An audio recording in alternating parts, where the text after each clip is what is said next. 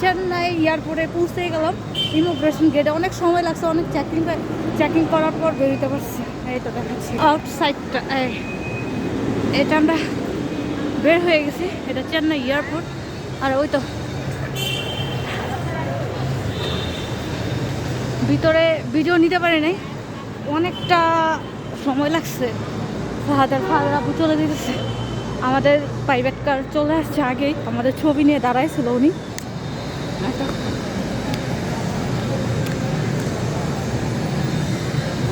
এখন ক্যাবে উঠবো, আর এখান থেকে আরো 3 ঘন্টার জার্নি করতে হবে। এটা ক্যাবের ভিতর, তারপর যেখানে ইচ্ছা সেখানে থামানো যাবে, দাঁড়াতে পারবো, কফি খেতে পারবো, কিন্তু প্লেনের মধ্যে তো আর ওটা সম্ভব না। আর ইমিগ্রেশন গেটের মধ্যে এবার অনেক প্রবলেম করছে।